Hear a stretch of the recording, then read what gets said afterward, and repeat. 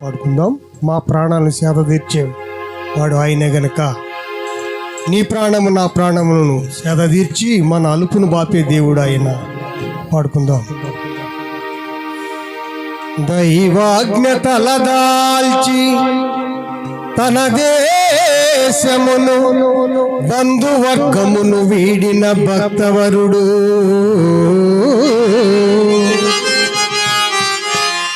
విశ్వాస వీరుడై వినయ సంపన్నుడై అందరికీ ఆదర్శుడైన వాడు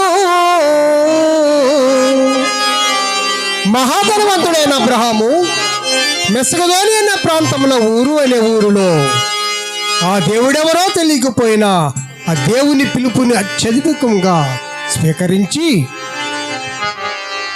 వాగ్దాన ఫలములు వారసుడై ఉండి గర్వము నెరుగని గణయసుడు